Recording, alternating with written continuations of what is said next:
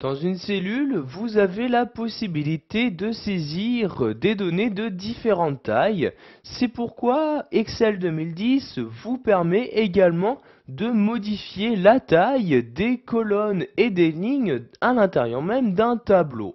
Donc comme vous pouvez le voir ici, je dispose actuellement d'un tableau et vous pouvez voir également que la taille des lignes et des colonnes n'est absolument pas adaptée aux différentes données se trouvant à l'intérieur.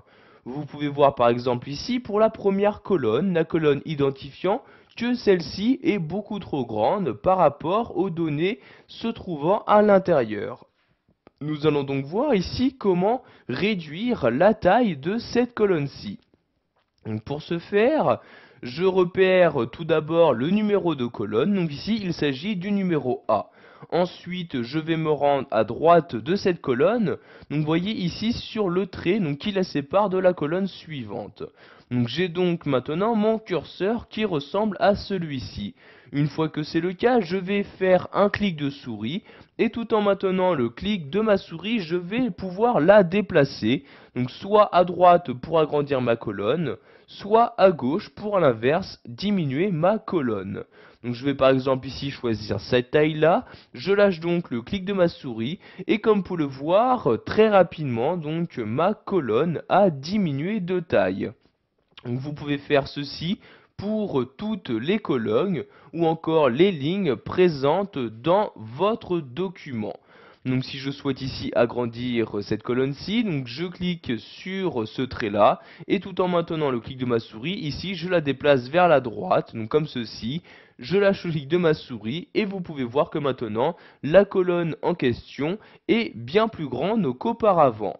Sachez que vous avez la possibilité d'ajuster automatiquement la taille d'une ligne ou d'une colonne juste par rapport à la longueur maximale de vos données. Donc, par exemple ici pour la date de naissance, si je souhaite l'ajuster automatiquement à la longueur maximale de la donnée la plus grande, je vais ici toujours utiliser ce trait-ci, mais cette fois-ci je vais juste double-cliquer dessus. Donc vous voyez, je fais un double-clic sur le trait et automatiquement la taille de la colonne est ajustée automatiquement.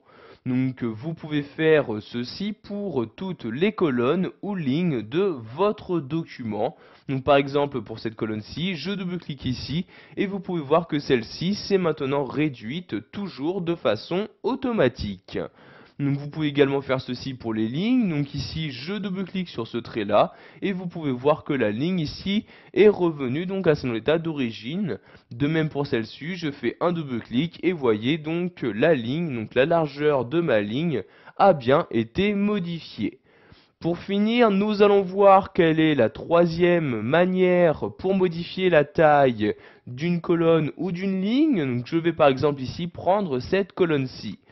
Pour modifier sa taille manuellement en entrant toujours manuellement une valeur, vous faites un clic droit sur la colonne ou ligne en question, puis vous cliquez ici sur largeur de colonne.